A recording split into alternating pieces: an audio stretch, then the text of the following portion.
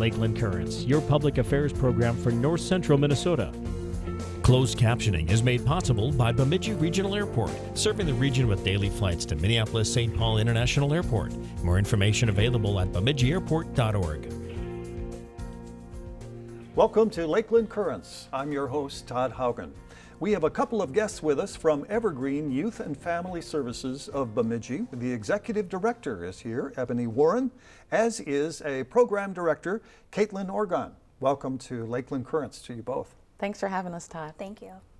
I have to think that most people in this area at least have heard of Evergreen Youth and Family Services. What is the organization for? What does it do? So Evergreen is a private nonprofit organization, and we provide wraparound services for youth who are experiencing homelessness, runaways, and families who are just, having moments of crisis. And so we provide a shelter, a 10-bed shelter that's available for minors 9 to 17. And then we have a drop-in center also that provides tons of just supportive services, from housing support to mental health support, parenting classes, and a lot of other things for youth. You have at least a couple locations in Bemidji, don't you? Yes, so we have 2 locations. We have the location that's located on Mississippi near the post office. I like to tell people that's where our shelter is. And so again, we have 10 beds there. We have youth who come in from various backgrounds and from a lot of different trauma and things that they've experienced. And then sometimes we just have parents who need a place for their youth because they're having some struggles with parenting. And so that's our one location. And then we have an additional location, our drop-in center, that's located behind the A&W. So that is, where we have youth who drop in all throughout the week. We're open 5 days a week there, and they can get, everything from a hot meal for lunch to supportive services to help them to kind of battle some of the challenges they're having. Does that tend to be like an after-school type drop-in program? No, it's not an after-school. It's kind of a all-day, Yeah. all-day program. Our drop-in center primarily serves young adults, so maybe 18, 19-year-olds until their 25th birthday. So it kind of operates as a day shelter for those young adults, and it's, like Ebony said, open 5 days a week, and we're having youth come in every day. And at least in that location, people don't stay overnight? No. Okay. Caitlin, what does a program director with Evergreen do? Sure. As a program director at a nonprofit, I wear many different hats. So I supervise a few different programs right now. So my main role would be to supervise the staff working in those programs. So right now I'm supervising a general crime victim services program, as well as a safe harbor program, which is specifically for youth who have been sexually exploited or trafficked.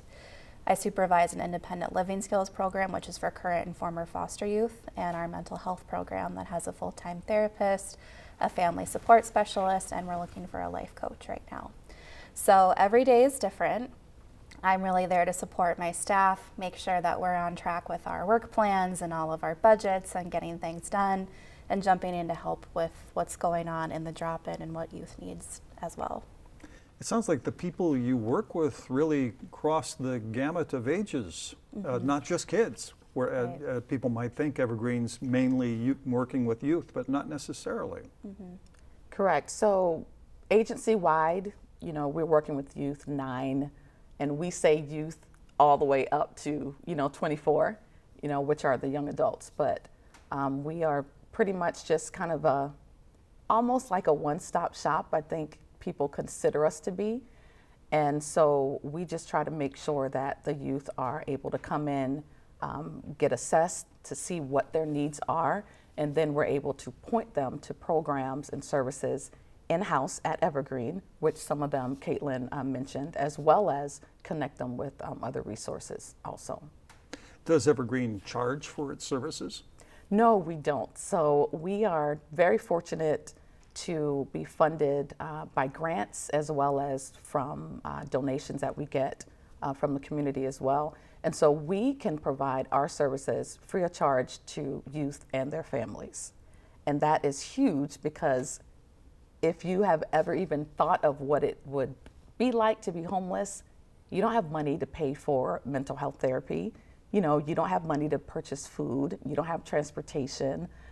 So, we want to basically pull down any barriers that exist for the youth and families that need our support, and to just give them access to what they need to help them to have hope and a way forward. In the shelter portion of your operation, can youth that come there and stay for several days, is there a limit to the amount of time that they can stay? Yes, so our shelter is a short-term residential, place. So youth stay, the max is really 21 days with some exceptions. And so we look at it on a case-by-case basis, depending on what the youth needs and what we can provide. And on average, we're probably seeing youth stay around 5 to 6 days on average, wouldn't you say, Caitlin? Yeah. Yeah, so that's kind of the average length of stay. That's sort of difficult. I mean, there's lots of difficulties, I would think, in running a youth shelter. And one of them would be that these young people probably or may not want their parents to know where they are. But how do you handle that? Well, I mean, in some cases you do have that, because you have runaways, which, they may come to us from law enforcement. And then in other cases, we have youth who are placed with us through the county. We have parents who actually want their youth to be with us because they know that we're a safe place, and we really focus on reunifying youth with their families as long as it is appropriate and safe, for them. Do you see very many young people that come to you that maybe don't have, as you mentioned earlier, a home or a family or parents to report back to? We do see some of that, and a lot of times it's not even that they may not have a parent, but maybe the parent is absent or the guardian is absent because of their own trauma and their own situations that they are facing. So we do a lot of, kind of back and forth, trying to make sure we get in contact with appropriate people. When I've spoken with people from Evergreen before, Gary Russell comes to mind. Gary often reminded me, sometimes it's not the kids that really have a problem, it's parents that need to learn some new parenting techniques. Do you see that? I'd like to say yes. It's not either or, it's both and. And so we kind of find ourselves burning the candle at both ends, because we are working with the youth and we're trying to make sure that they're safe, they have their basic needs met, they can actually, walk away, with some new tools when they leave our shelter or our drop-in center. And then also we have our family support specialist there, and he works specifically with families who are trying to navigate the sometimes weighty waters of parenting. And so he works and does sessions with the youth, with the parents, and kind of coaches them up, helps them to create plans to make sure that they can, number one, kind of find a place of commonality where they can begin to grow and to build that relationship, even in spite of the challenges. But it would seem important to accept that maybe we all need to revise some of the ways we're running our household going into the whole issue. I would agree. I mean, I think when people come to our family support specialist, mental health therapist, parents and children alike, you just need to come, with openness, open hands and open hearts, really willing to learn, willing to see some of the things maybe that, have been a little off in your perspective. Trying to see the other person's point of view, and then being able to express, of course, your own feelings and where you are, and then try to find a way forward. And since we've pretty much covered the fact that some adults need to think about changing their ways, kids, especially adolescents, can decide that everything and anything adults say is wrong and is outrageous, and I'm angry and I'm not going to consider anything that any adult tells me. How do you deal with that sentiment? I wouldn't say that we see that sentiment very often, But really our philosophy at the shelter is to avoid power struggles at all costs. So we're giving youth choices. You can participate in your chores and we can help you if you've never done them before, and then you can go to the movie with us. It's your choice if you want to make that to the movie or not. So it puts the power really back on the kid to be able to make those decisions, and we see a lot of success with that.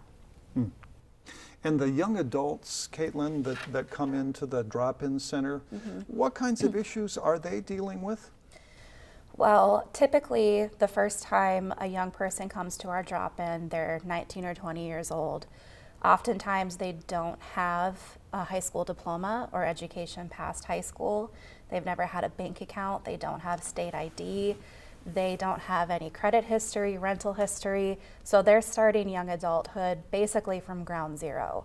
And being a young adult is hard enough in itself when you have great support and you know which direction you're moving in your life.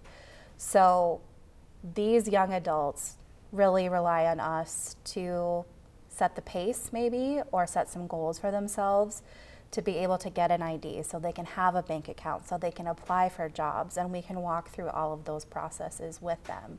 And oftentimes they're doing that without supportive family or positive peers in their lives. We have lots of youth coming in with a long history of homelessness, and we know that homelessness looks different in northern Minnesota.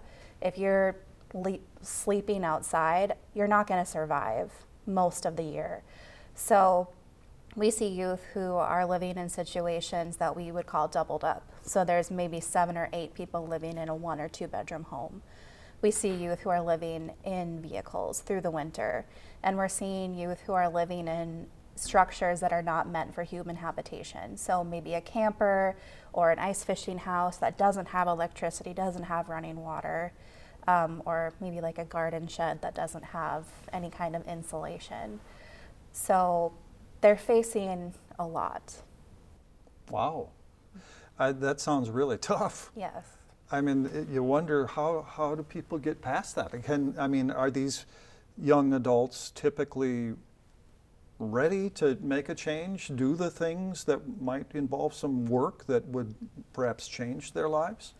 I think all of our young adults want stabilization, and it takes work to become stabilized in your life.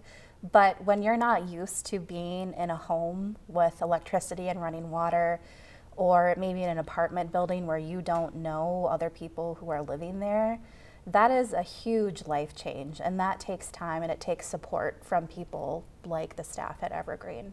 But yeah, all of our young people, they want and need the same things as any young adult. A lot of them want a career in the helping professions. A lot of them want to go to college. They want to have families and be able to support their own families. And when they come to the drop-in center, that's a center that operates on a daily basis. As you said earlier, nobody stays overnight. So they leave there at the end of the day and go back to whatever that situation might be. For now. Right. So really, our job is to expand their web of supports, because no one agency, no one person can be everything for these youth. So if we can't house them immediately, which rarely happens because the demand is so high, we connect them with other resources that maybe can help them. Or maybe they just need assistance with a deposit for an apartment. We can do that too. So we look at all of the options, everything that they may qualify for, not just through Evergreen, but other agencies like BICAP or even county services. And then we actually, even though we don't have overnight stays at our drop-in center, we do have a housing program on site. And so we house youth in apartments. And we have apartments right above our administrative offices. We have some across the parking lot in a building that we lease as well. And so if we can't, house them on site, then we look for other options for them. Obviously, you only have so much capacity for that, I'm sure. Yes, yes. Is the housing that you operate typically full?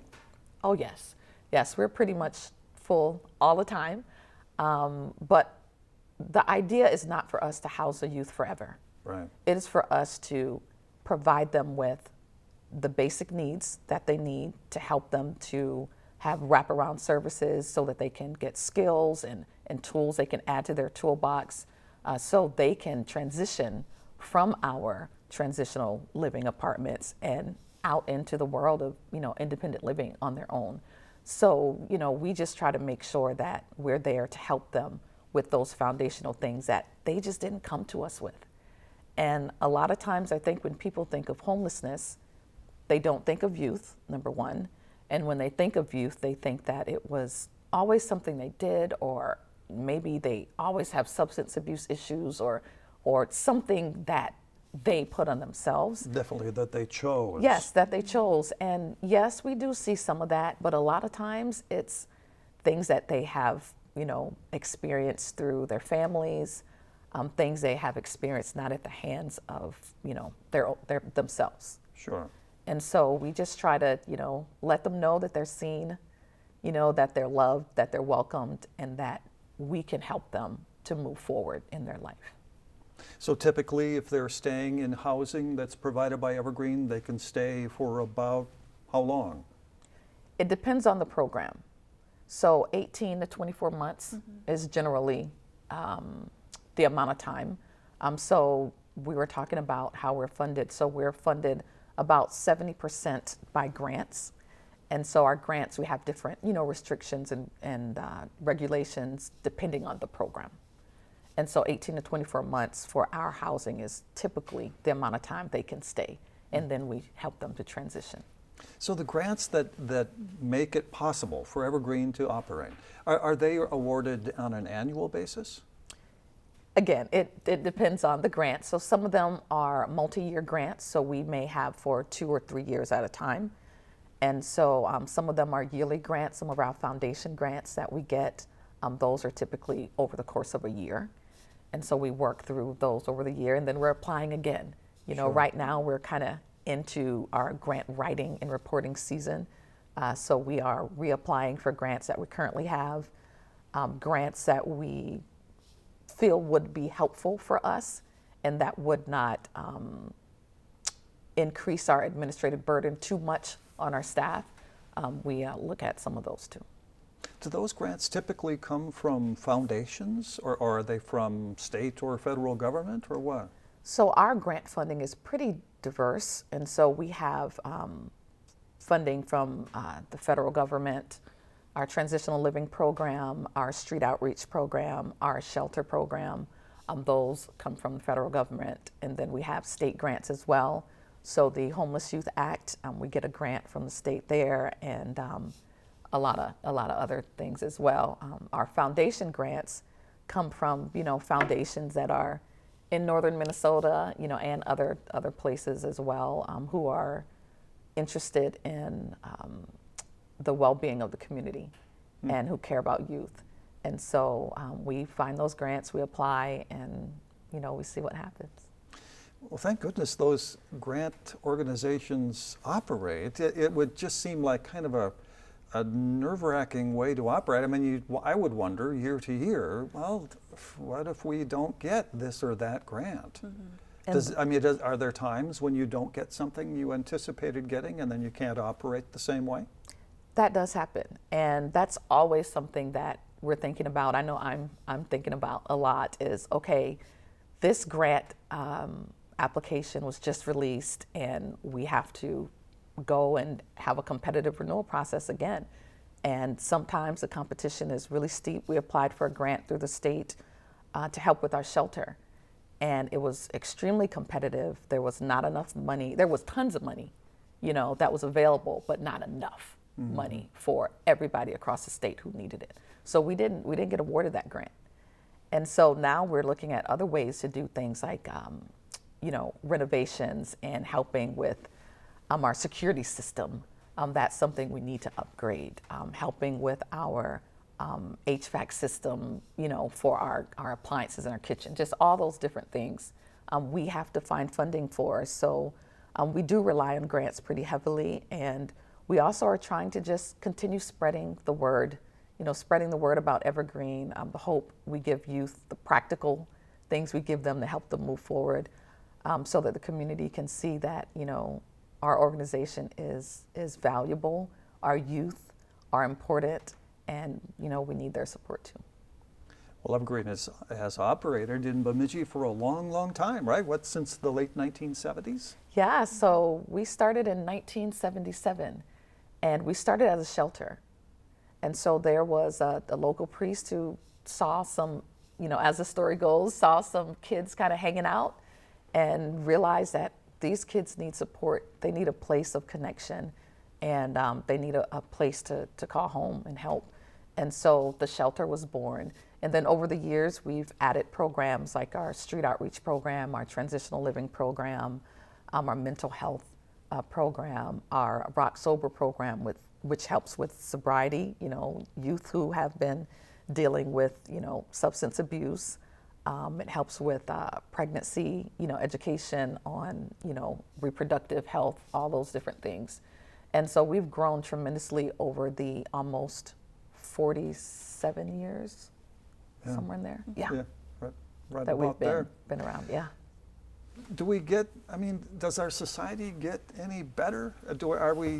Folks that do work like you do, it might seem like it could get discouraging at times because it seems like the numbers of people that need your services just seem to grow, or do they?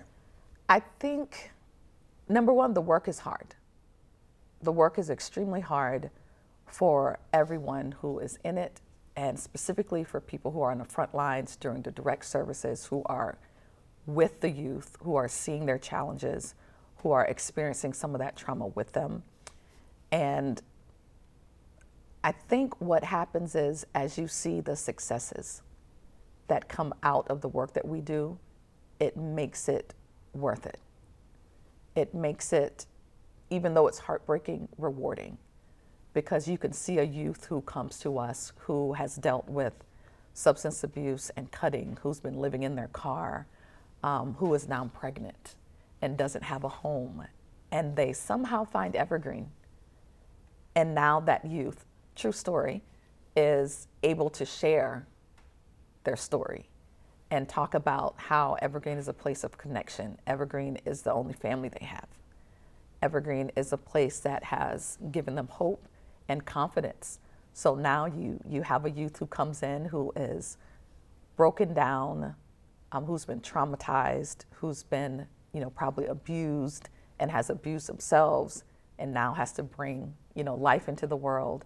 And what do you do if you don't have a place like Evergreen and someone to wrap around you, especially when you don't have, as Caitlin said, those family supports?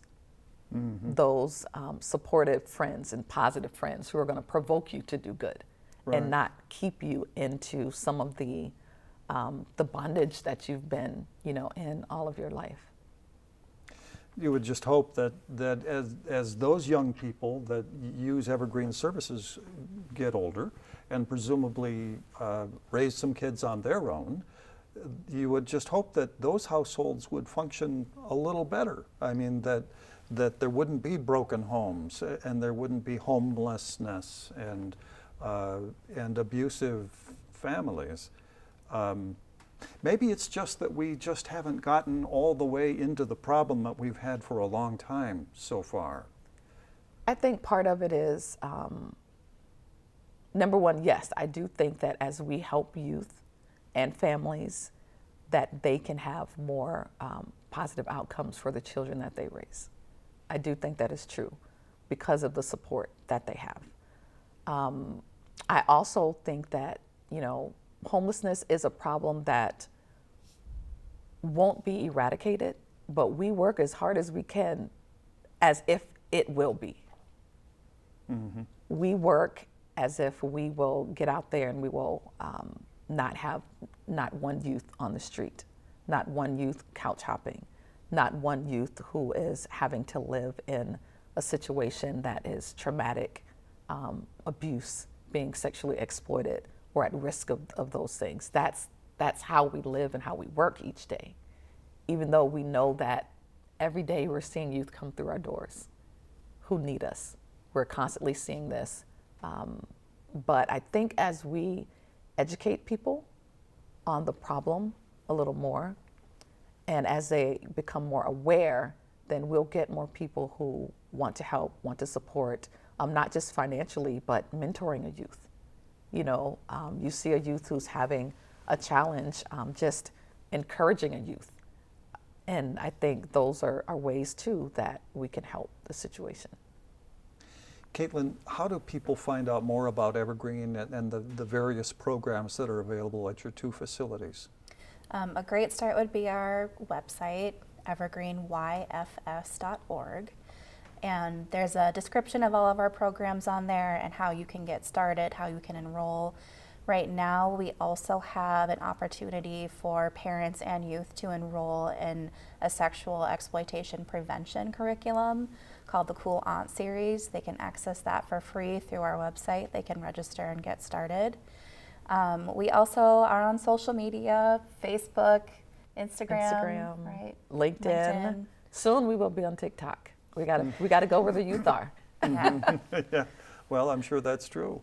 And people don't have to make an appointment, obviously. I mean, at the drop-in center, you can drop in. Absolutely. Evidently. And what about youth that need shelter? Are there prior arrangements that need to be made for them to come to stay at the shelter? I mean, we have youth sometimes who are dropped off, and we have to figure out, if they can stay. Primarily, we have people who call in and try to find out, hey, do you have availability? We have to assess the situation to see if we do have all of the tools and the experience that's needed to help the youth, because there are some youth that need something like residential treatment for substance abuse, or they need to be in a different type of facility. So we're able to assess that no matter how they come to us. We can assess that, and then we can let them know if Evergreen is the right place for them, or if we need to have them referred somewhere else. evergreenyfs.org. Yes. Thank you both for coming in for our show today. We sure appreciate it. Ebony Warren, the Executive Director, and Program Director Caitlin Orgon. Thank you again. Thanks, Todd. That's it for this edition of Lakeland Currents. Thanks for watching.